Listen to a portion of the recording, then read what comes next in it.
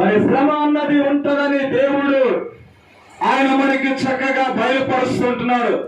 చాలా మంది ప్రజలు ఏం చేస్తారంటే, దేవుని నమ్ముకుంటే మనకి శ్రమలు రావు, కష్టాలు రావు, ఇబ్బందులు రావు, ఇరుకులు రావు, ఏ బాధ ఉండదు, ఏ చింత ఉండదు, ఏ దిగులు ఉండదు, ప్రభువైన యేసుక్రీస్తుని నమ్ముకుంటే అని చాలా మంది దేవుని దగ్గరికి వస్తూ ఉంటున్నారు.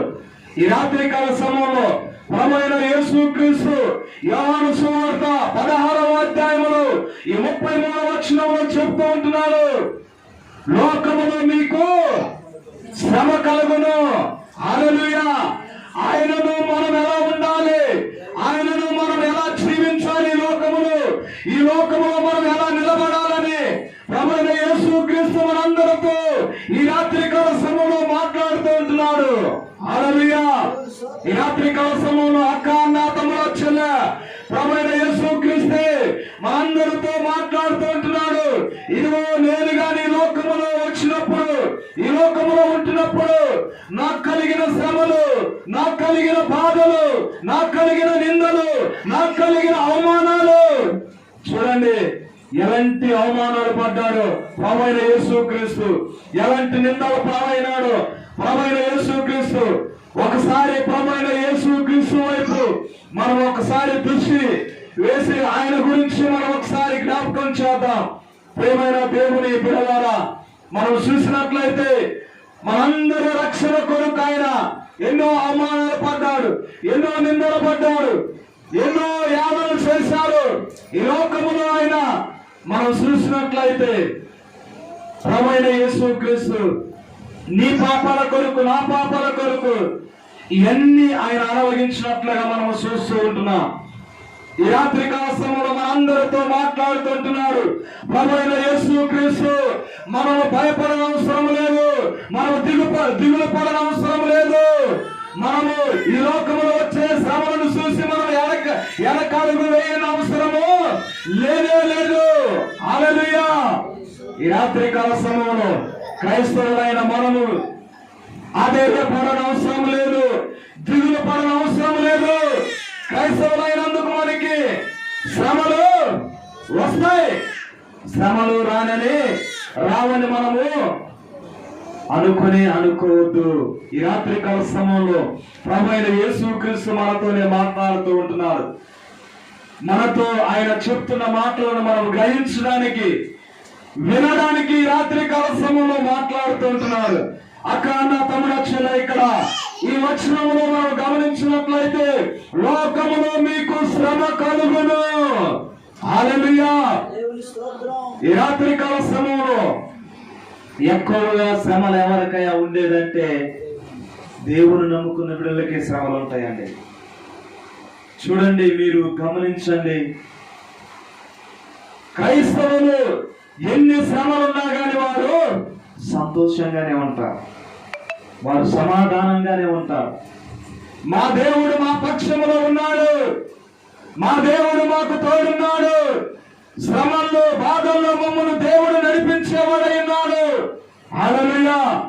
అందుకే ఒక భక్తుడు పాట పాడుతూ ఉంటున్నారు, శ్రమలోనైనా నడిపిస్తాడు నా దేవుడు. స్టీవెన్సన్ అని ఆ యొక్క దైవజనుడు చక్కనైన పాట పాడుతూ ఉంటున్నారు. శ్రమల్లో నన్ను నడిపించే దేవుడై ఉన్నాడు, ఆయన నాకు తోడైండే దేవుడై ఉన్నాడు. నేను శ్రమల్లో కృంగిపోయేవాడిని కాదు, శ్రమలను చూసి నేను వెనకడుగు వేసేవాడిని కాదు. ఈ రాత్రికాల సమయంలో ఈ కుటుంబం ద్వారా కూడి వచ్చిన మనతో దేవుడు మాట్లాడుతూ ఉంటున్నాడు. మనకొచ్చే శ్రమలను బట్టి, మనకొచ్చే పరిస్థితులను బట్టి మనము వెనకడుగు వేయని అవసరం లేదు.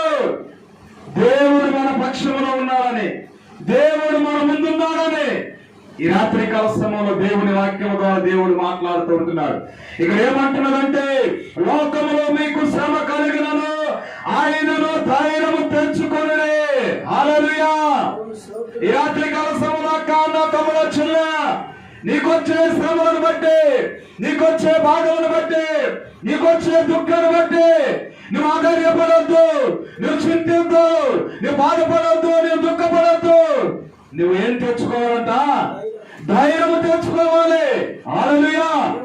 ఇదిగో దేవుడు నా పక్షంలో ఉన్నాడు, దేవుడు నా యొక్క పక్షంలో ఉన్నాడు, దేవుడు నాకు సహాయం చేసేవాడు. ఈ రాత్రికాల సమయంలో నేను దేవుని యొక్క మాటలను జ్ఞాపకం చేస్తూ ఉంటున్నాను. ఎందరో ఉన్నారు నాయకులు, ప్రవక్తలు, దైవజనులు. వారు గాని వారికి వచ్చిన ఆపదల్లో, వారికి వచ్చిన శ్రమల్లో, వారికి వచ్చిన ఇబ్బందుల్లో, ఇరుకుల్లో, వారు గాని కృంగిన పరిస్థితుల్లో, ఆశ్చర్యపడిన పరిస్థితుల్లో దేవుడు వారితో మాట్లాడాడు.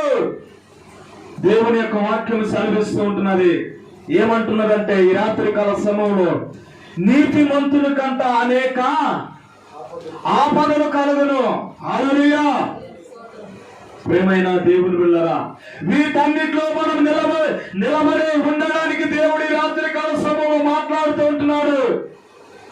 నాగలపై చేయి వేసిన వాడు వెనకట్టు తిరిగి చూడకూడదు. ఈరోజు క్రైస్తవులైన మనము, దేవుని నమ్ముకున్న బిడ్డలైన మనము, మన గురి ఏంటంటే యేసు వైపే మనము పరిగెత్తాలి. హల్లెలూయా. ఈ లోకంలో ఎన్ని శ్రమలు వచ్చినా, ఈ లోకంలో ఎన్ని ఇబ్బందులు వచ్చినా, ఎన్ని కష్టాలు వచ్చినా మన గురి ఎవరైనాడు? ప్రభువైన యేసు క్రీస్తు ఉన్నాడు. హల్లెలూయా. మనం చూసినట్లయితే దేవుని యొక్క వాక్యములో ఎందరో ఉన్నారు, కానీ ఈ రోజు రాత్రి కాల సమయంలో ప్రభువైన యేసు క్రీస్తు గురించి నేను జ్ఞాపకం చేస్తూ ఉంటున్నాను. ఆయన ఈ లోకములో 33.5 సంవత్సరాలు ఈ లోకములో ఆయన జీవించాడు. ఆ 33.5 సంవత్సరాలు ఆయన ఒక మానవ రూపముగా మనలాంటి వ్యక్తిగానే ఈ లోకములో ఆయన బ్రతికాడు, జీవించాడు. ఆయనకు కానీ ఎన్నో శ్రమలు వచ్చినాయి, ఎన్నో అవమానాలు వచ్చినాయి. ఎందరో వేదన చేశారు, ఎందరో నిందించారు. ఆయనను ఆయన పడలేదు, ఆయనను ఆయన కృంగిపోలేదు. కానీ నా తండ్రి నన్ను నడిపిస్తాడు, నా తండ్రి నాకు తోడై ఉన్నాడని ఆయన విశ్వాసముతో, నమ్మకముతో, ధైర్యముగా ఆయన ముందుకు కొనసాగించబడ్డాడు. హల్లెలూయా. కనుక ఈ రాత్రికాల సమయంలో మనం వింటున్న మాటలు ప్రభువైన యేసు క్రీస్తు స్వయంగా మనతో మాట్లాడుతూ ఉంటున్నాడు. ఈ లోకంలో మనకి శ్రమ వస్తూ ఉంటున్నది.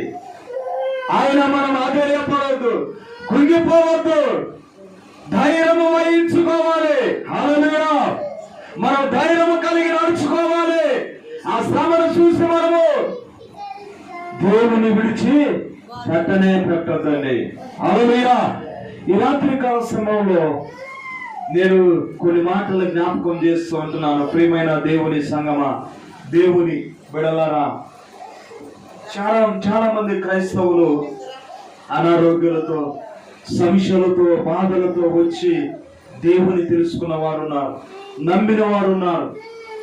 ఈనాడు శ్రమలు వచ్చినప్పుడు, బాధలు వచ్చినప్పుడు, కష్టాలు వచ్చినప్పుడు ఏం చేస్తున్నారంటే దేవుని విడిచిపెట్టి వెళ్ళిపోతూ ఉంటున్నారు.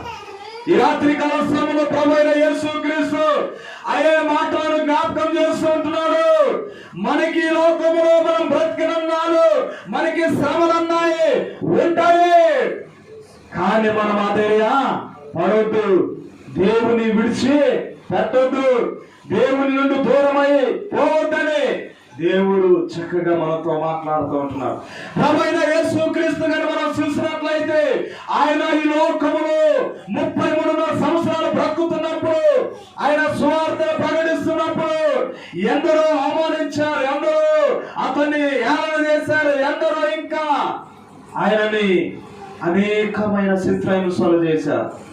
ఇంకా ప్రభువైన యేసు క్రీస్తు గురించి చూసినట్లయితే మనందరూ పాపముల కొరకు ఆయన కొరడా దెబ్బలు తిన్నాడు. ఇంకా ఆయన ఏం చేయబడ్డాడంటే, ప్రేమైన దేవుని బిడ్డలారా, ఎన్నో అవమానాలు, ఈ చెంప కొడితే మరొక చెంపను ఆయన ముఖం మీద ఉమ్మివేయబడ్డాడు. ఇంకా ఎన్నో అవమానాలు ఆ ప్రభు అయిన యేసు క్రీస్తు పొందినాడుగా మనం చూస్తూ ఉంటున్నాం. ఇవన్నీ ఎవరి కొరకయ్యా అంటే మనందరి కొరకే ఆయన ఈ యొక్క అవమానాలు, నిందలు, శ్రమలు అనుభవించినట్లుగా మనము ఈ యొక్క దేవుడి యొక్క వాక్యములో చూస్తూ ఉంటున్నాం. కనుక ఈ రాత్రికాల సమయంలో నేను చెప్పవలసిన విషయాలు ఈ రాత్రికాల సమయంలో నేను చెప్పడానికి ఆశపడుతూ ఉంటున్నాను. మనకొచ్చే శ్రమలను చూసి, మనకొచ్చే పరిస్థితులను బట్టి మనము కృంగిపోకుంటుండడానికి, అధైర్యపడుకోకుంటుండడానికి దేవుడు మనతోనే మాట్లాడుతూ ఉంటున్నాడు. చాలా మంది కుటుంబాలు ఏమైనాయి అంటే వారికి వచ్చిన శ్రమల నుండి దేవునికి దూరం అయిపోయారు. ఇంకా చాలా మంది కుటుంబాలు దేవుని విడిచిపెట్టారండి. నేను చూస్తూ ఉంటున్నాను. మా సంఘంలో ఉన్నారు, ఇంకా అనేక సంఘాల్లో ఉన్నారు. మా సంఘం ఈనాడు అసలు ఆ చర్చే పట్టదు. వారంతా వస్తే ఆ చర్చే పట్టదు.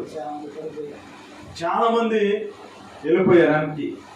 ఎందుకంటే వారికి వచ్చిన శ్రమలను బట్టి, వారికి వచ్చిన రోగాలను బట్టి, వారికి వచ్చిన కష్టాలను బట్టి, వారికి వచ్చిన పరిస్థితులను బట్టి దేవుని దగ్గరకు వచ్చి గొప్ప విడుదల పొందుకొని, దేవుడు చేసిన మేలును బట్టి, దేవుడు చేసిన కార్యాలను బట్టి దేవునితో ముందుకెళ్తూ మరలా శ్రమ రావగానే, మరలా ఇబ్బందులు రాగానే ఏం చేశారంటే దేవుని విడిచిపెట్టారు. మొట్టమొదటి వారి స్థాయి ఏంటంటే దేవుని ద్వారా నుండి ఆ బంధకాల నుండి విడిపించబడ్డారు, ఆ శ్రమల నుండి విడుదల పొందారు. అది తెలుసుకోలేదు. కానీ మరలా దేవుని దగ్గర ఉండటం ద్వారా నాకు శ్రమలు, ఈ బాధలు, ఈ కష్టాలు వస్తున్నాయని ఏం చేస్తుందంటే దేవుని విడిచిపెడుతూ ఉంటున్నా. దేవుడు మాట్లాడుతున్న విషయం ఏంటంటే లోకములో మనకి శ్రమ. ఆ దేవుని యొక్క మాటలు మనం చూస్తూ ఉంటున్నాం. ఆయనను మనము ధైర్యము వహించుకోవాలి. హల్లెలూయా. మనము ఆ యొక్క శ్రమను చూసి, ఆ యొక్క పరిస్థితులను చూసి మనము కృంగి పోకూడదు, దేవుని విడిచి పెట్టకూడదు. ఈ రాత్రికాల సమయంలో ప్రియమైన దేవుని బిడ్డలారా, మనం చూసినట్లయితే అపోస్తలుడైన పౌలు ఆయనకు వచ్చిన శ్రమలను బట్టి, ఆయనకు వచ్చిన కష్టాలను బట్టి, ఆయనకు వచ్చిన ఇబ్బందులు బట్టి ఆయన ఏమంటున్నాడంటే, ఆయన రోమలో ఉన్న ప్రజలకు చెబుతూ ఆయన చక్కనైన మాటలను జ్ఞాపకం చేస్తూ ఉంటున్నాడు. ఒకసారి రోమిలకు రాసిన పత్రిక 8వ అధ్యాయము 35వ వచనాన్ని మనము ఈ రాత్రికాల సమయంలో అక్కడ దేవుని యొక్క మాటలు మనం చూద్దాం. ఆ యొక్క అపోస్తలుడైన పౌలు అంటూ ఉంటున్నాడు, మనకి శ్రమ వచ్చినా, బాధ వచ్చినా, ఏది వచ్చినా మనం ఎలా ఉండాలి, ఎలా ముందుకు నడిపించబడాలి అనేది దేవుని యొక్క వాక్యము ద్వారా చక్కగా బయలుపరుస్తూ ఉంటున్నాడు. 8 వినండి. క్రీస్తు ప్రేమ నుండి మనలను ఎడబాపు వాడెవడు?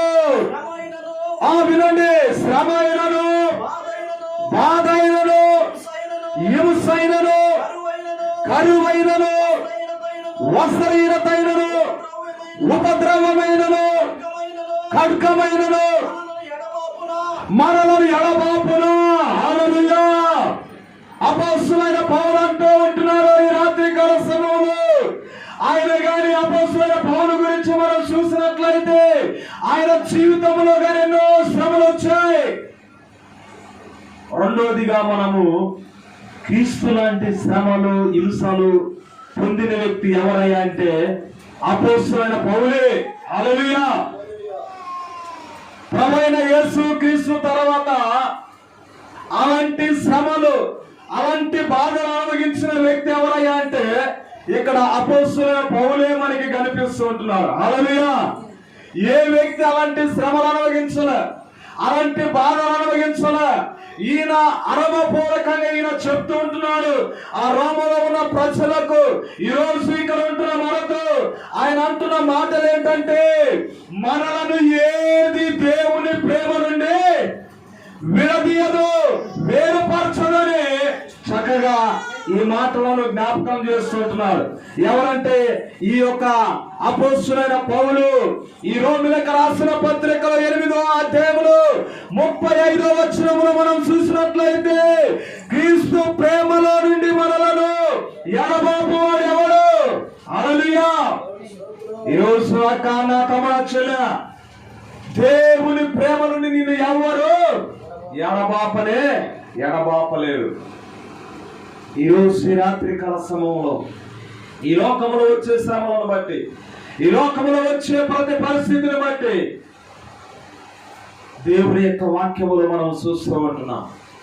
అపోస్తలుడైన పౌలు జీవితంలో ఆయన విషయంలో గాని క్రీస్తు యొక్క ప్రేమలో నుండి అతని ఎవ్వరునూ విడదీయలేదండి. ఎన్నో ప్రాంతాలు తిరిగాడు, ఎన్నో ప్రదేశాలకు వెళ్ళాడు. ఆయన దేవుని సువార్తను ప్రకటించినప్పుడు ఆ గ్రామంలో వెళ్ళి దేవుని సువార్తను ప్రకటిస్తుంటే ఆ గ్రామస్తులంతా ఆయనను కొట్టి బయట ఊరి అవతల పడవేసినా గాని ఆ శ్రమకైనా ఆ బాధకైనా దేవుని విడిచిపెట్టలేదండి. అందుకే ఇక్కడ ఈ మాటలను జ్ఞాపకం చేస్తూ ఉంటున్నారు. ఈ అపోస్తలుడైన పౌలు ఏమంటున్నాడంటే, క్రీస్తు ప్రేమలో నుండి మనలను ఎడబాపు వాడెవడు? అది ఏంటంటే శ్రమ అయినా. హల్లెలూయా. ఆయనకి ఏ శ్రమ వచ్చిందంటే, అపోస్తలుడైన పౌలుకి ఆయన సువార్తకు వెళ్ళేటప్పుడు చాలా ఇబ్బందులు పడ్డాడు, చాలా ప్రయాసపడ్డాడు, దెబ్బలు తిన్నాడు. ఓడ బద్దలయ్యి ఆ ఓడ చెక్కను బట్టి ఆ ఓడలో ఆ యొక్క సముద్రంలోనే ఆయన ఆ దీవులలో ఉన్నాడు. కానీ ఆయన గురించి మనం చూస్తూ ఉంటున్నాం. చూడండి, ఎన్ని శ్రమలు, ఎన్ని కష్టాలు, ఎన్ని బాధలు యొక్క అపోస్తలుడైన పౌలు ఆయన అనుభవిస్తున్న అనుభవంలో ఈరోజు ఈ రాత్రికాల సమయంలో మనందరితో ఆయన మాట్లాడుతూ ఉంటున్నాడు. ఈ లోకంలో వచ్చే శ్రమలను చూసి మనం కృంగిపోతున్నామేమో, ఈ లోకంలో వచ్చే మన పరిస్థితులను బట్టి మనము బలహీనము అవుతున్నామేమో, ఈ రాత్రికాల సమయంలో మనం ధైర్యపరిచే మాటలను జ్ఞాపకం చేస్తుంటున్నారు. క్రీస్తు యేసు ప్రేమలో నుండి మనలను ఎవరు విడదీయరు, ఎవరు ఆ యొక్క వాటి నుండి ఎడబాపరని ఈ రాత్రికాల సమయంలో అపోస్తలుడైన పౌలు అంటూ ఉంటున్నాడు. అది శ్రమ కావచ్చు, అది బాధ కావచ్చు. హల్లెలూయా. ఎన్నో బాధలు వస్తాయండి. కొన్నిసార్లు ఆ బాధలను ఎవరికి చెప్పుకోలేని బాధల్లో మనం బ్రతుకుతూ ఉంటాం. చాలా మంది బాధలు తట్టుకోలేక చనిపోతూ ఉంటారు. కానీ ఈరోజు దేవుడు మనందరినీ ధైర్యపరుస్తూ ఉంటున్నాడు. శ్రమల్లో, బాధల్లో మనం ధైర్యం కలిగి ఈరోజు ఈ లోకంలో నిలబడడానికి దేవుడు మనందరితో మాట్లాడుతూ ఉంటున్నాడు. ప్రియమైన దేవుని సంగమా, దేవుని బిడ్డలారా, మనం ఏ విషయంలో మనము అధైర్యపడనవసరం లేదు. అందుకే శ్రమ విషయంలో మాట్లాడుతూ ఉంటున్నాడు అపోస్తలుడైన పౌలు. అదే రీతిగా బాధ విషయంలో మాట్లాడుతూ ఉంటున్నాడు. ఈ లోకంలో ఎందరో చూస్తూ ఉంటున్నామండి. ఆ బాధలు తట్టుకోలేక చనిపోయిన వారు ఎందరో ఉన్నారు ఈ లోకంలో. కానీ ఈరోజు ప్రభువైన యేసుక్రీస్తు మనందరితో మాట్లాడుతూ ఉంటున్నాడు. నువ్వు బాధపడుతున్నావా? ఈ రాత్రికాల సమయంలో దేవుడు తన వాక్యం ద్వారా మాట్లాడుతున్న విషయం ఏంటంటే, నువ్వు ఆధైర్యపడద్దు, భయపడద్దు, నువ్వు ధైర్యముగా ఈరోజు ఉండు అని దేవుడు మాట్లాడుతూ ఉంటున్నాడు. అదే రీతిగా అపోస్తలుడైన పౌలు మనల్ని ధైర్యపరుస్తూ ఉంటున్నాడు, మనల్ని బలపరుస్తూ ఉంటున్నాడు. ఆయనకు వచ్చిన బాధలను బట్టి, ఆయనకు వచ్చిన కష్టాలను బట్టి చూడండి, అపోస్తలుడైన పౌలు ఎన్ని బాధలను అనుభవించిందంటే, ఆయన రాళ్లతో, కర్రలతో, ఇంకా ఘోరమైన పరిస్థితుల్లో అతను పాములతోనూ ఇంకా అనేకమైన పరిస్థితుల్లో ఆయన బాధలు పడ్డాడు. ఆయన దేవుని విడిచిపెట్టలేదండి. ఆయన అంటున్న మాట ఏంటంటే, అపోస్తలుడైన పౌలు అంటున్న మాట ఏంటంటే, బ్రతుకుడ క్రీస్తే, సావైన మేలే. హల్లెలూయా. ఈ రోజు నాకు శ్రమ వచ్చిందని, ఈ రోజు నాకు బాధ వచ్చిందని నేను వెనకడుగు వేయనయ్యా. బ్రతికిన ఆయన కొరికే, చనిపోయిన ప్రభువైన యేసుక్రీస్తు కొరికే నేను ఆ యొక్క చనిపోతానని ఆయన ఛాలెంజ్ గా బ్రతుకున్నాడండి. హల్లెలూయా. ఈ రోజు ఈ రాత్రికాల సమయంలో మనము గాని, క్రైస్తవులైన మనము గాని బ్రతికిన ఆ యొక్క ప్రభువైన యేసుక్రీస్తే, చనిపోయిన ఆయన ఉండడానికి ఈ రోజు ఈ రాత్రికాల సమయంలో దేవుని వాక్యం సెలవిస్తూ ఉంటున్నది. అక్క, నా తమ్ముడు, చెల్లె, ఈ రోజు బ్రతికిన నాలు, జీవించిన నాలు మనము ఆ క్రీస్తుతోనే అంటకట్టబడి బ్రతకడానికి, ఆ క్రీస్తుతోనే మనము జీవించడానికి, బ్రతికిన ఆయనే, చనిపోయిన ఆయనే అని ఒక తీర్మానంతో మనం బ్రతకడానికి ఈరోజు అపోస్తలుడైన పౌలు మనల్ని చక్కగా ఆయన ఎంకరేజ్ చేస్తూ హెచ్చరిస్తూ ఉంటున్నాడు. అందుకే బాధ అయినా గాని ఇంకా చూసినట్లయితే ఇంకేమన్నదంటే ఆ 35వ వచనంలో హింసైనా, హల్లెలూయా, క్రీస్తు కొరకు మనకి ఎన్నో హింసలు వస్తాయా రావండి? మన బంధువులే అంటారు, మన తోబుట్టులే అంటారు, ఇంకా మన అన్నదమ్ములే అంటారు. దేవుని నమ్ముకున్నారు మీ ఇంటికి రామంటారు కొంతమంది ఇంకా చాలా భయంకరమైన పరిస్థితులు అండి. కానీ ఈరోజు క్రీస్తు కొరకు హింస వస్తే మనం క్రీస్తును వదిలిపెట్టి వెళ్ళిపోకుంటుండడానికి దేవుడు మనతో మాట్లాడుతూ ఉంటున్నాడు. ఇప్పుడు ఎదుర్కొంటున్న పరిస్థితులు అలాగానే వస్తూ ఉంటున్నాయి. రానున్న దినాలలో ఈ లోకంలో ఎన్నో పరిస్థితులు మనకి ఎదురైతాయి. అవి ఏంటంటే హింసలు, శ్రమలు, బాధలు, హింసలు. ఈరోజు ఈ వాక్యము ద్వారా దేవుడు మనందరితో మాట్లాడుతూ ఉంటున్నాడు. వీటన్నిటిని మనం ఎలా జయించగలగాలి, వీటన్నిటిలో మనం ఎలా ధైర్యం కలిగి నిలబడాలి. ఈరోజు అలాంటి ధైర్యం లేకపోతే మనము ప్రభువైన యేసుక్రీస్తు నుండి మనము దూరం అయిపోతామండి. ఈరోజు దేవుడు మనం ధైర్యపరుస్తూ ఉంటున్నాడు. మనము ఆ శ్రమలను బట్టి, ఆ బాధలను బట్టి, ఆ హింసలను బట్టి మనము దేవుని విడిచిపెట్టుకోకుండా ధైర్యముగా ఉండటానికి ఈరోజు దేవుని వాక్యం ద్వారా దేవుడు మాట్లాడుతూ ఉంటున్నాడు. ఇలాంటి పరిస్థితులు ఎవరికైనా ఎదురైనవి అంటే దానియేలు జీవితంలో మనం చూస్తూ ఉంటున్నాం. హల్లెలూయా! దానియేలుకు మామూలు పరిస్థితులు కాదండి ఎదురైనవి. ఆయన జీవితంలో, దానియేలు జీవితంలో నెబుకద్నెజరు నేను తప్ప వేరొక దేవుడు ఉండొద్దని, నేను పూజించే ఆ దేవుణ్ణి అందరూ పూజించాలని నెబుకద్నెజరు ఆజ్ఞ ఇచ్చాడు. రాజుగారి శాసనం ఆజ్ఞ ఇచ్చిన తర్వాత అందరూ ఏం చేయబడాలి? ప్రజలంతా రాజుగారి యొక్క ఆజ్ఞ ప్రకారంగా నడుచుకోవాలి. రాజుగారు ఏదైతే ఆ ఆజ్ఞ ఇచ్చినాడు, ఏ దేవతనైతే పూజించాలన్నాడు, దానిని తప్ప వేరే దాన్ని ఇంకా ఎవరు ప్రజలు పూజించకూడదు. ఆయనను మనము దానియేలు జీవితంలో చూస్తూ ఉంటున్నాం. ఈరోజు దానియేలు జీవితంలో జరిగిన పరిస్థితులు, జరిగిన విషయాలలో మనం ఎదుర్కొనబడుతూ ఉంటున్నాం. కనుక మనం ధైర్యం కలిగి ఒక దానియేలు వలె మనం ముందుకెళ్ళడానికి, ఈరోజు ఒక పౌలు వలె ముందుకెళ్ళడానికి దేవుడు మాట్లాడుతూ ఉంటున్నాడు. హల్లెలూయా! దానియేలు ఏం చేశాడంటే, ప్రియమైన దేవుని సంగమా, దేవుని బిడ్డలారా, దానియేలు మళ్ళీ రాజుగారి ఆ యొక్క పల్లెను అందించే వ్యక్తి. అంటే ఆహారము దానియేలు తిన్న తర్వాత రాజుగారు తినేవాడు. అంటే రాజుగారి తర్వాత వ్యక్తి ఎవరయ్యా అంటే దానియేలే.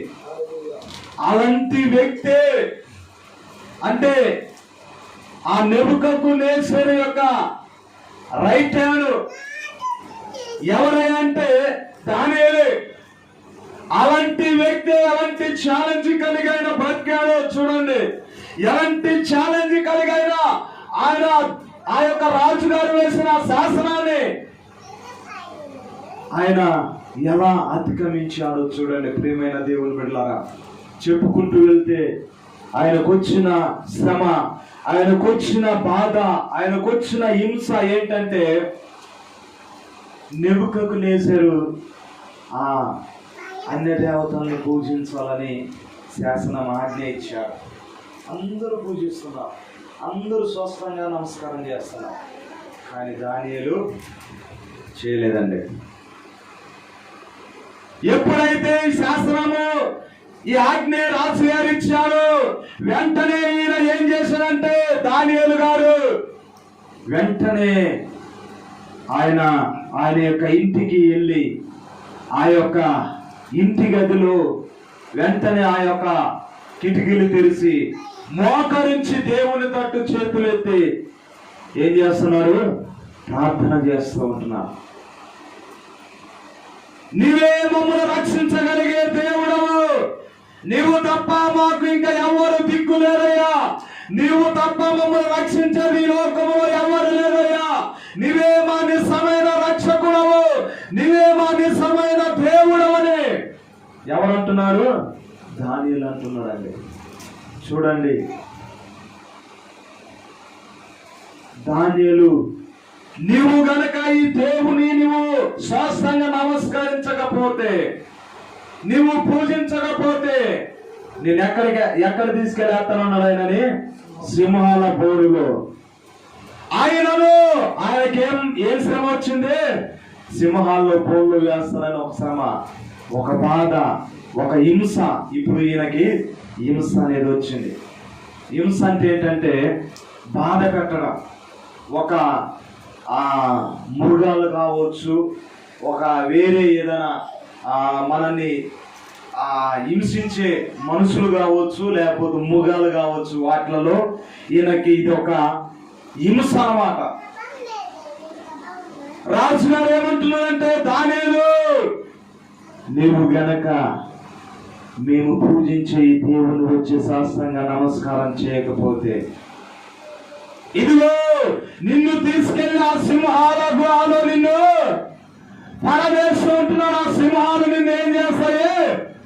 అయ్యి తినేస్తాయని ఆ రాజు గారు చెప్తూ ఉంటే దానియేలు ఏమీ భయపడలేదండి. మేము నమ్ముకున్న దేవుడు, ఆయన రక్షించే సామర్థ్యుడు. హల్లెలూయా! ఈ రాత్రికాల సమయంలో నమ్ముతున్నారా ప్రియమైన దేవుని బిడ్డలారా? ఈరోజు నీవు నేను నమ్ముకున్న దేవుడు, ఆయన మనల్ని రక్షించే దేవుడు, ఆయన మనల్ని తప్పించే దేవుడు. ఇదిగో దానియేలు జీవితంలో కానీ చూసినట్లయితే ఏం చేశారంటే, ఆయన దేవుడి మీద విశ్వాసం ఉంచారు, దేవుని మీద నమ్మకం ఉంచారు.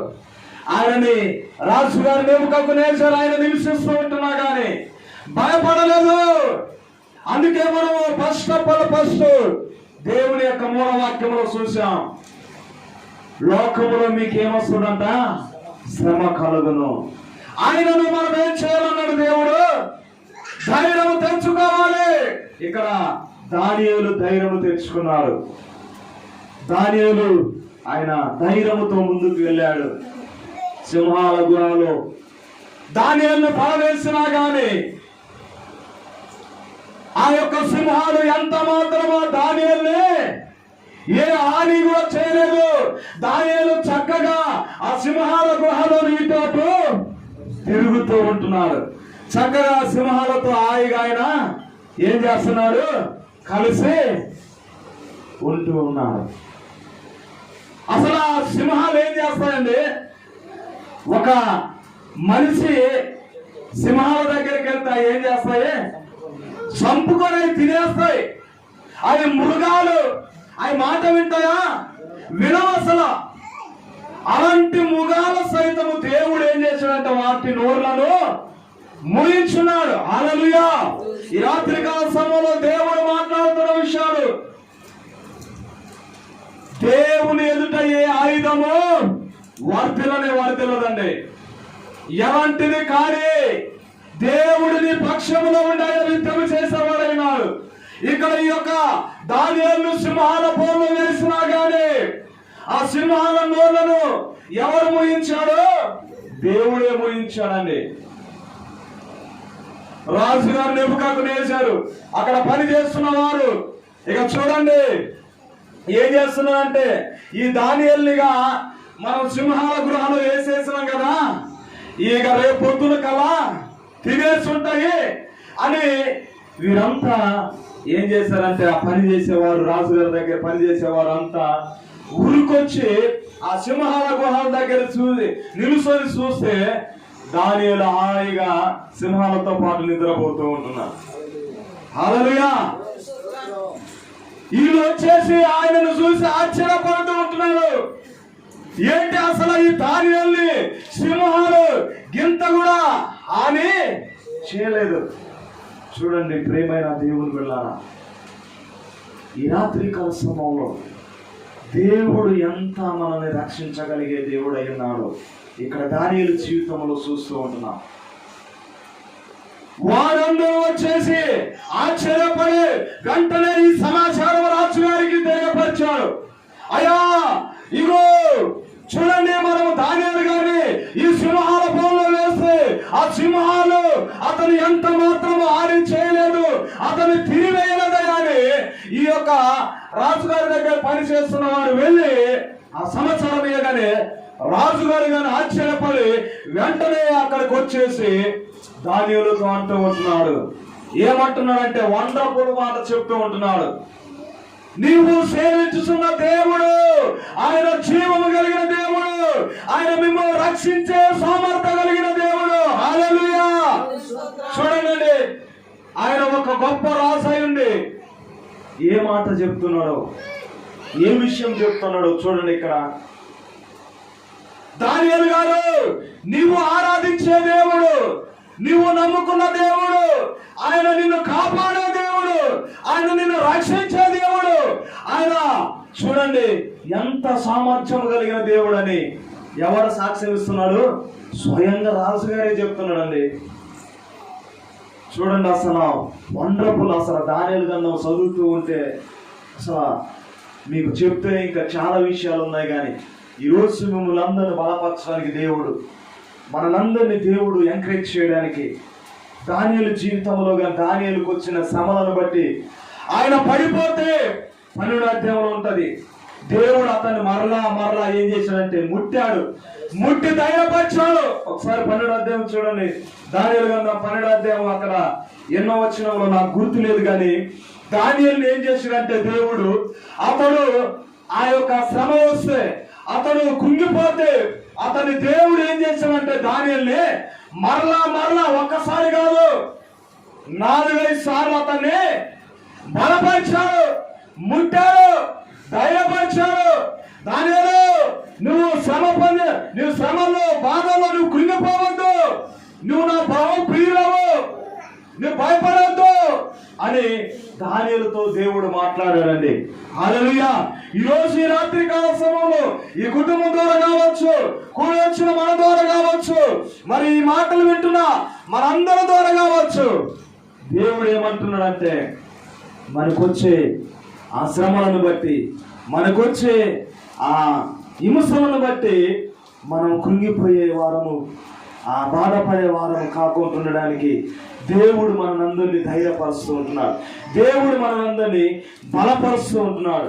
అందుకే ఈ రాత్రి కాల సమయంలో, అందుకే దేవుని యొక్క వాక్యములో నేను దానియేలు గురించి ఎందుకు ఆ మాటలను జ్ఞాపకం చేశానంటే, దానియేలుకు వచ్చిన పరిస్థితులు, దానియేలుకు వచ్చిన ఆ ఇబ్బందులు, ఆ శ్రమలను, వాటన్నిటిని ఎలా ఆయన ఎదుర్కొన్నాడు. చూడండి 10వ అధ్యాయం అనుకుంటా, 18వ వచనం.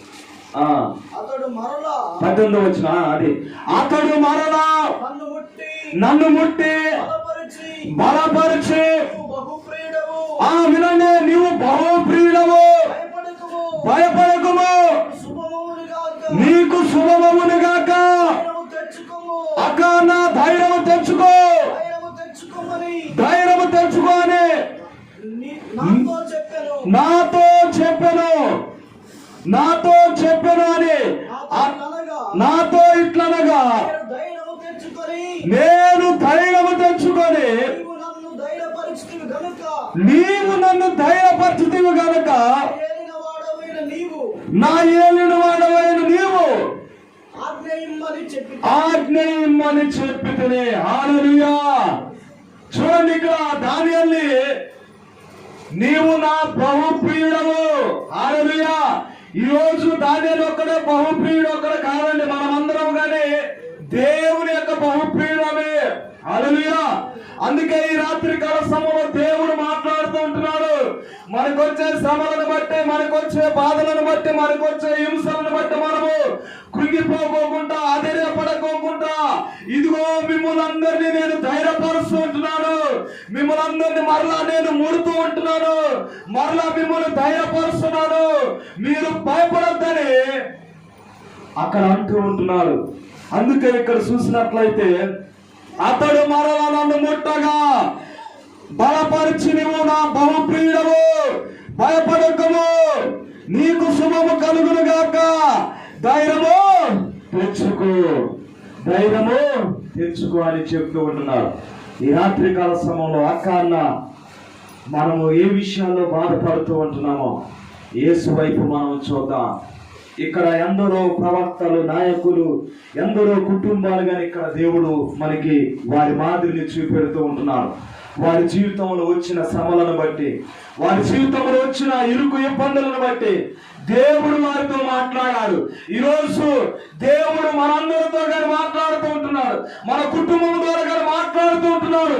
మనకు వచ్చే పరిస్థితులను బట్టి మనం వెనకడుగు వేస్తూ ఉంటున్నామా, మనము ధైర్యంగా ముందుకెళ్ళడానికి దేవుడి రాత్రికాల సమయంలో మాట్లాడుతూ ఉంటున్నాడు. హల్లెలూయా. అందుకే ఇక్కడ చూసినట్లయితే హింస ఇంకా కరువైనను, హల్లెలూయా, ఏమొస్తాయి, కొన్ని కుటుంబాలు తినడానికి తిండి కానీ ఉండదు, చాలా గడ్డు పరిస్థితులు అవుతాయి, చాలా భయంకరమైన పరిస్థితులు అవుతాయి. ఇవన్నీ మనం చూసినట్లయితే దేవుడు ఒక్కొక్కరిని మనకి చూపెడుతూ ఉంటున్నాడు. దేవుడు ఒక్కొక్క కుటుంబాన్ని మనకి చూపెడుతూ ఉంటున్నాడు. విశ్వాసులు కావచ్చు, పాస్టర్లు కావచ్చు, ఇంకా పేదవారు కావచ్చు, ఇంకా ఎవరు కావచ్చు, కరువైనను దేవుడు పోషించేవాడై ఉన్నాడండి. హల్లెలూయా.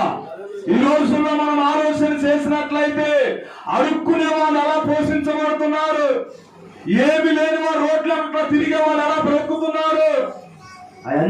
వారందరిని దేవుడేనండి, వారందరిని దేవుడే వారిని పోషిస్తూ ఉంటున్నారు. ఇంకా దేవుని వాక్యంలో చూసినట్లయితే ఆకాశ పక్షులను చూడండి, అవి విత్తము, కొయ్యము, కోట్లలో ధాన్యము కూర్చుకొనవు, ఆయనను పరలోకపు తండ్రి ఏం చేస్తున్నాడంట, వాటిని పోషించుతూ ఉంటున్నాడు. హల్లెలూయా. ఈ రోజు రాత్రికాల సమయంలో ఇవన్నీ దేవుడు మనల్ని బలపరుస్తూ ఉంటున్నాడు. నీ కుటుంబంలో కరువు వస్తున్నదా? దాదాపు నాకు ఒక కుటుంబం గురించి చాలా బాధ కలుగుతూ ఉంటున్నదండి. దాదాపు ఇప్పటికి 3 నెలలు అవుతున్నది. మన ఆత్మీయ తండ్రి జాన్ మార్కయ్య గారి కుటుంబంలో జరిగిన సంఘటన,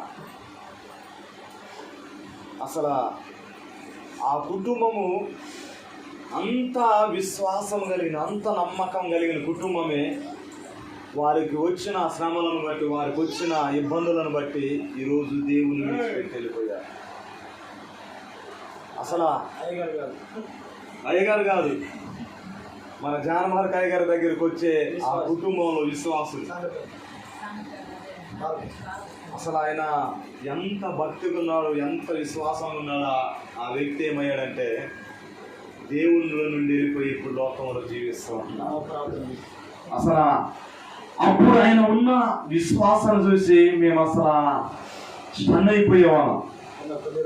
అసలు ఉపవాస ప్రార్థనలు, 7 వారాల ప్రార్థనలు, 3 వారాల ప్రార్థనలు, అసలు క్రిస్మస్ వచ్చినా ఏదొచ్చినా దేవుని కొరకు అసలు మామూలు చేసేవాడు కాదు.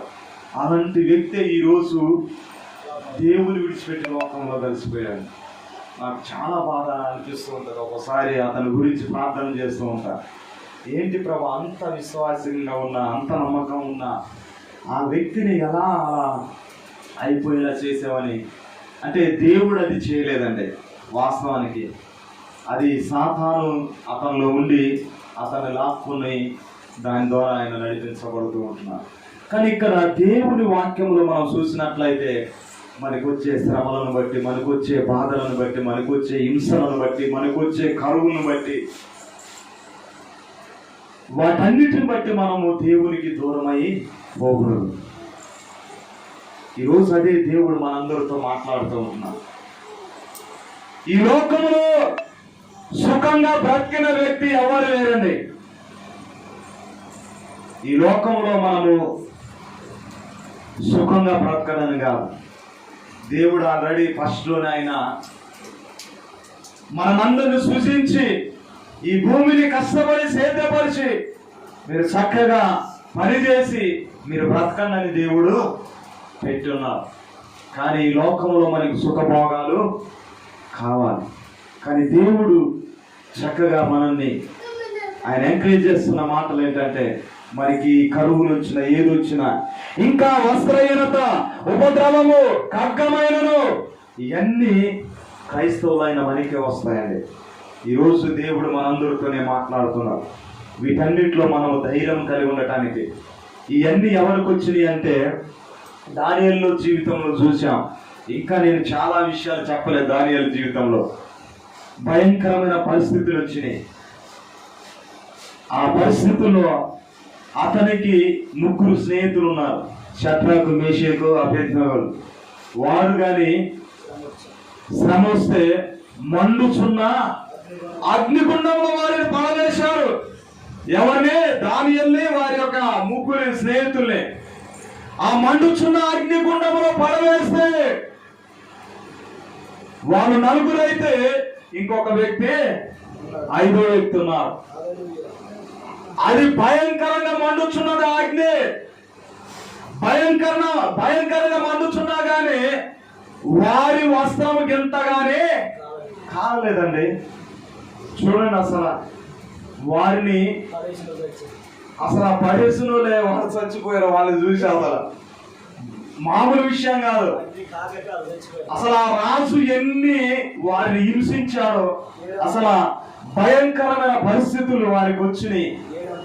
ఆయనను దేవుని విడిచిపెట్టలే, ఆయనను దేవుని అవమానించలే, ఆయనను ఈ దేవుడు మనకెందుకని ఆయనని పక్కకి పెట్టేయలేదండి.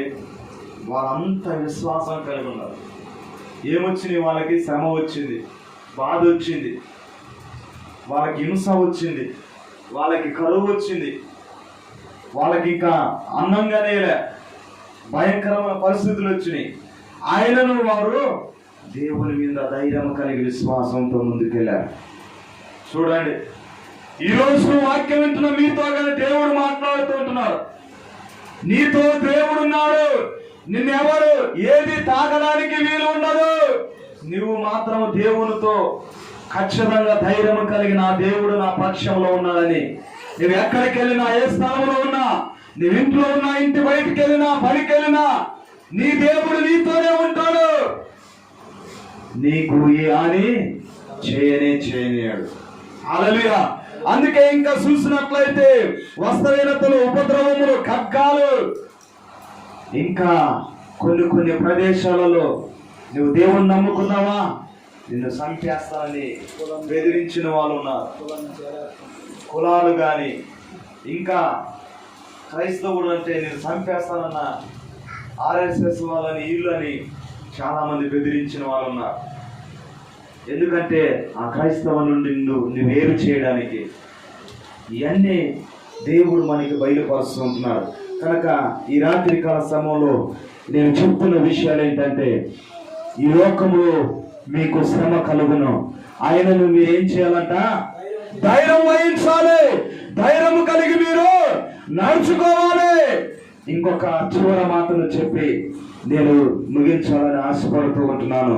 దేవుడు మనతోనే మాట్లాడుతూ ఉంటున్నాడు. మనము దానియేలు గురించి మనం చూసాం. ఇంకా ఎన్నో కుటుంబాలు ఉన్నాయి, ఇంకా ఎందరో ప్రవక్తలు ఉన్నారు, ఇంకా ఎందరో నాయకులు ఉన్నారు. వారి జీవితాల్లో కానీ శ్రమలు వచ్చినాయి. వాటన్నిటిలో వారు ఎలా నిలబడి కలిగారంటే, మరి వారిలో దేవుడు ఉండడం ద్వారా, దేవుడు వారి కుటుంబంలో ఉండడం ద్వారా, మరి వారు దేవుని విడిచిపెట్టుకోకుండా ఉండడం ద్వారా వారన్నిటినీ జయించగలిగి వారు ధైర్యముగా ఉన్నారని దేవుని యొక్క వాక్యంలో మనం చూస్తూ ఉంటున్నాం. హల్లెలూయా. ఇంకా ఒకసారి నాకు సమయం దొరికితే, ఇంకా ఒకసారి నేను ఇక్కడ పిలువబడితే, నేను ఇంకా ఆ కుటుంబాల గురించి, ఆ వ్యక్తుల గురించి చెప్పాలని నేను ఆశపడుతూ ఉంటున్నాను. వారి జీవితాలలో కానీ శ్రమలు వచ్చినాయి, కష్టాలు వచ్చినాయి, కరువులు వచ్చినాయి, ఇబ్బందులు వచ్చినాయి. వారి జీవితాలలో కానీ సర్వము కోల్పోయినా కానీ దేవుని మాత్రము విడిచిపెట్టలే, వారు ధైర్యముగా ఉన్నారు. ఈ రోజు మనముగా అలా ఉండడానికి దేవుడు ఒక మాట చెప్తూ ఉంటున్నాడు. ఆ మాటను చదివి నేను ముగిస్తూ ఉంటున్నాను. సామెతలు 24వ అధ్యాయము ఒకసారి మనము 17వ వచనం, 24వ అధ్యాయం 10వ వచనం మనం చదివినట్లయితే అక్కడ మంచి మాటను జ్ఞాపకం చేస్తూ ఉంటున్నాడు. వినండి. శ్రమ దినమున నీవు కృంగిన ఎడల నీవు చేతగాని వాడు అగుదువు. హల్లెలూయా. ఇక్కడ 24వ అధ్యాయంలో 10వ వచనంలో మనం చూసినట్లయితే శ్రమ దినమున నీవు కృంగిన ఎడల, హల్లెలూయా, నీవు శ్రమ వచ్చినప్పుడు, నీవు కృంగిపోయినప్పుడు నువ్వేమైపోతావంటే చేతగాని వాడివిగా అవుతూ ఉంటావు. ఆయనను నువ్వు ఎలా ఉండాలని దేవుని యొక్క వాక్యములో దేవుడు మనకి బయలుపరుస్తుంటున్నాడంటే, నువ్వు చేతగాని వాడవు కావుదు అని అంటూ ఉంటున్నాడు. హల్లెలూయా. అంటే నీకు అది సాధ్యము కాదు అని నువ్వు అనుకుంటున్నావేమో, కానీ దేవుడి రాత్రికాల సమయంలో మాట్లాడుతున్న విషయం ఏంటంటే, నీకు శ్రమ వచ్చినా, బాధ వచ్చినా, కష్టం వచ్చినా నీవు ధైర్యముగా అది నువ్వు చేయించగలుగుతావని దేవుడు మాట్లాడుతూ ఉంటున్నాడు. హల్లెలూయా. నీకు అది చేత కాదని నీవు నిర్లక్ష్యపడొద్దు, అది నువ్వు ఆశ్చర్యపడొద్దు. దేవుడు నా పక్షములో దాని నుండి విషయాన్ని కలగజేసేవాడైనాడు. హల్లెలూయా. అందుకే ఇక్కడ చివరగా ఈ మాటను నేను జ్ఞాపకం చేస్తూ ఉంటున్నాను. శ్రమ దినమున నీవు కృంగిన ఎడల నీవు చేతగాని వాడవు కావు. హల్లెలూయా. చాలా మంది ఇది నా వల్ల కాదని వదిలిపెడుతూ ఉంటారు. ఈరోజు ధైర్యంగా మనం ముందు కొనసాగడానికి దేవుడు మాట్లాడుతూ ఉంటున్నాం. ఈ రాత్రి కాల సమయంలో మనం ఆశ్చర్యపడవద్దు, అక్క దిగులు పడవద్దు, చింతించొద్దు. నీ బాధ, నీ భారము, నీ శ్రమ ఈరోజు ఎవరు నిన్ను ఆ వాటి నుండి విడుదల చేయలేరు, కానీ నీవు నేను నమ్ముకున్న దేవుడు అక్కడ మాత్రమే విడుదల కలగజేసేవాడైనాడు. హల్లెలూయా. అందుకే మనము పౌలు చెప్పిన మాటలు మనం చూసాం రోమాలో. నువ్వు బాధపడొద్దు, నువ్వు దిగులు పడొద్దు, నువ్వు ఇవన్నిట్లో నువ్వు జాగ్రత్తగా, నువ్వు ధైర్యంగా ఉండాలని ఆ పౌలు అన్నాడు. అదే రీతిగా దానియేలు జీవితంలో మనం చూసాం. ప్రభువైన యేసుక్రీస్తు మొట్టమొదటిగా చెప్పాడు, లోకములో మీకు శ్రమ కలుగును, ఆయనను మీరేం చేయాలన్నాడు? ధైర్యం కలిగి ఉండమన్నాడు. అందుకే మనము ఆ యొక్క మరి శ్రమ వచ్చినప్పుడు, శ్రమ దినమున మనము కృంగిన ఎడల శాతగాని వారము అవుతామని అంటూ ఉంటున్నాడు. ఆయనను మనము ఆశ్చర్యపడవద్దు, మనము దిగులు చెందొద్దని దేవుడు చక్కగా జ్ఞాపకం చేస్తూ ఉంటున్నాడు. ఈ రాత్రి కాల సమయంలో అక్క అన్న మనమందరము ఈ యొక్క శ్రమ దినాన మనకొచ్చిన బాధల్లో, కష్టాల్లో మనము ధైర్యము కలిగి మనము ముందుకు కొనసాగడానికి దేవుడు చక్కనైన ఈ మాటలను ఈ రాత్రి కాల సమయంలో మనకి జ్ఞాపకం చేస్తున్నాడు. కనుక నీవు నేను మన కుటుంబంలో వచ్చే పరిస్థితులను బట్టి, ఈ లోకంలో జరుగుతున్న పరిస్థితులను బట్టి, ఈ లోకంలో ఉంటున్న ఆ స్థితిగతులను బట్టి మనము మరి ఆశ్చర్యపడకోకుండా, దిగులు చెందకోకుండా, మనము భయపడకోకుండా ధైర్యము కలిగి మనము దేవుడు మనల్ని ముందుకు నడిపించడానికి ఆయన మనకి ఈ మాటలను జ్ఞాపకం చేస్తున్నాడు. కనుక ఈ రాత్రికాల సమయంలో ఈ మాటలను బట్టి మనము మరి ముందుకు కొనసాగించబడదాం. ఈ మాటలను బట్టి మనం ప్రార్థన చేద్దాం. మనం ఎలాంటి ఆశ్చర్యపడకోకుండా, పిరికి వారికి ఉండకోకుండా ధైర్యం కలిగి ఈ రాత్రికాల సమయంలో మనం ముందుకు వెళ్దామని ప్రార్థన చేద్దాం. ఇటు వాక్యము దేవుడు దీవించునుగాక.